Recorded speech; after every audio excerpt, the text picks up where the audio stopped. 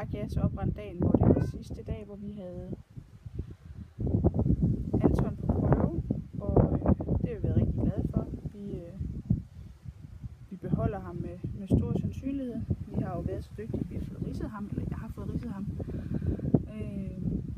Men derudover så har vi faktisk bare været rigtig, rigtig glade for at have ham på besøg. Han slår græsset upåklageligt dag ud og dag ind i regn og blæst og hagl.